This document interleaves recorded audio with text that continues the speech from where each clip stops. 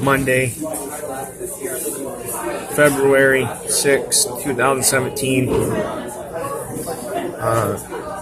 Some things that I want to share on my channel with my family, my friends, and Big Brother government is the history of the United States. It was brought to my attention by a government employee, and he has an essential government position, that United States history is important, and there has been trials and tribulations in the United States for cultural equality. If you look at United States history, you will understand that the Native Americans were here in the U.S., on the U.S. continent, prior to the Europeans. The Europeans came here and pushed the Native Americans off. They proceeded to spread disease and famine, and the Native American people are compensated federally today because of their mistreatment. They also get to go to college for free and are federally funded.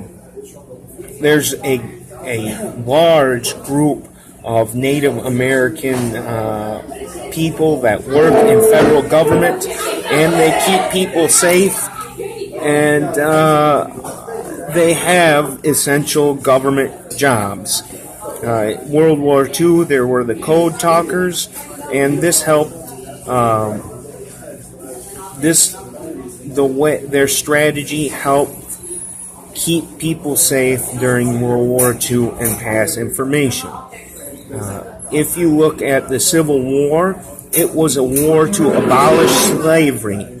Well, what happened was, after the Civil War, it did not completely abolish slavery on the ideological front, meaning there were still people that believed the African Americans were not equal to the white or Caucasian people. What happened was separate but equal. In 1964, there was a Civil Rights Act, and the Civil Rights Act was signed, and Dr. Martin Luther King spoke for the African American people and the counterpart of the people. He was killed in the United States. He was murdered in cold blood in the United States.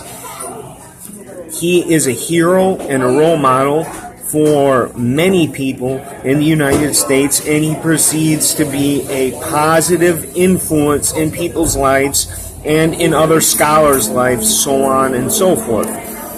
Racism, according to the internet, racism is prejudice, discrimination, or antagonism directed against someone of a different race based on the belief that their own race is superior. Discrimination is unjust or prejudiced treatment of different categories of people or things, especially on the grounds of race, age, or sex. If you look at the war on terrorism, which I am a supporter, and the war on extremism, which I am a supporter, the backblast of this is racism towards Arabs and racism towards people with Arabic names. In white conservative America, it is a truth. Okay, these people may have some discrimination if they go into these types of areas in the United States. This is the truth.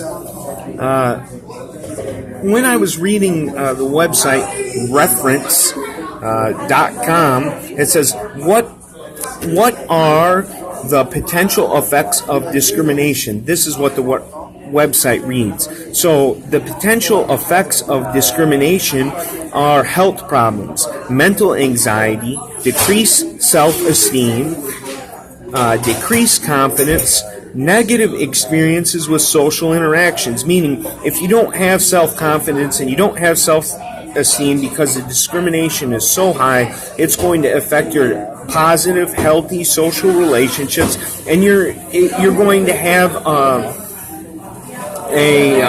problem developing these proper social relationships in your life. If you look at the other negative effects and the other negative health effects of discrimination, you will find that it discourages people from networking and developing a productive business life. If you're in whatever business it may be, it will hinder your ability to do business because it's going to affect other people's beliefs. If everybody around you believes something about you that isn't true, such as this guy, he smells bad, but he doesn't smell bad, but everybody's saying this and they actually believe this, it's going to be hard to go to someone and talk to somebody if they're like, oh, he's ugly, he smells bad, and he's uneducated. If they believe these sorts of things, it's going to affect your life.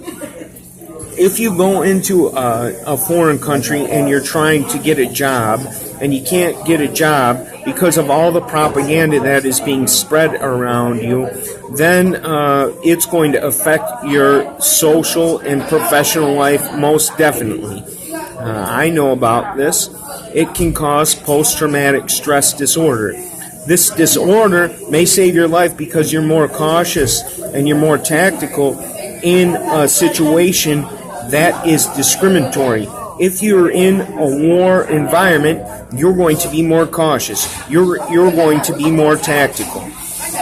Your tactical awareness is going to be higher than the average, but it's going to have a negative effect on normal and healthy social interactions in your life because you are not going to be acting normal, and you are not going to be able to relate and develop these proper, healthy, and normal social interactions because the discrimination is so high. Now, the reason why I'm bringing this up is because the facts are, in the United States, there has been a large history with discrimination and racism, and this year is 2017, and we've had one black president, one African American president throughout the whole presidency in the United States. These are the facts. I don't like people talking inappropriate about the president. I don't like people saying these crazy negative things about the president or anybody, but sometimes people say things and they don't make sense. Okay, so the facts are discrimination and racism have mental side effects to the individual. Discrimination and racism has been a historic landmark in the United States history. It's been negative, but it's the truth. Furthermore, it can affect your social life, and discrimination and racism can affect your mental health. You can have post-traumatic stress disorder from discrimination and racism, and your tactical awareness will be higher than the average, but it's going to affect your social life. So, if you're in an area where you can be discriminated against, this rule doesn't apply. If you have heard, don't get violent, this rule does not apply. You have to do what you need to do to protect yourself. Police officers carry loaded weapons to protect themselves. The Army has loaded weapons to protect the country. Okay, there's multiple agencies and they carry guns. If you have to protect yourself, This rule doesn't apply. Don't be violent. Do not be dangerous. If you have to protect yourself, you have to protect yourself emotionally, you have to protect yourself physically, and you have to protect yourself spiritually. These things take maintenance in your life. And what you need to do is not worry about what people say, and do things that are going to protect yourself and give you the best quality life you can. If you're in an environment of discrimination, I advise you to get out of the environment or do things to disrupt and counter the discrimination in that environment. Tell the truth. If someone's lying, you tell the truth to them. If someone's acting out of the ordinary and they're acting incorrect, you tell them, you're acting incorrect, you're acting out of the ordinary. So on and so forth, and the list continues and goes on down before you have to get physical. Because what happens prior is it's a debate on words. It's a debate on paper. Then it becomes it becomes higher because the stakes get higher. Then it becomes a physical debate. It's a fight. A physical fight. And then the stakes become higher and higher and higher, and you ump the ante, and the escalation of force continuum goes up. But what you would want to do if you're in your right mind is de-escalate that the best you can. So basically what I am saying is the facts. So have a nice day.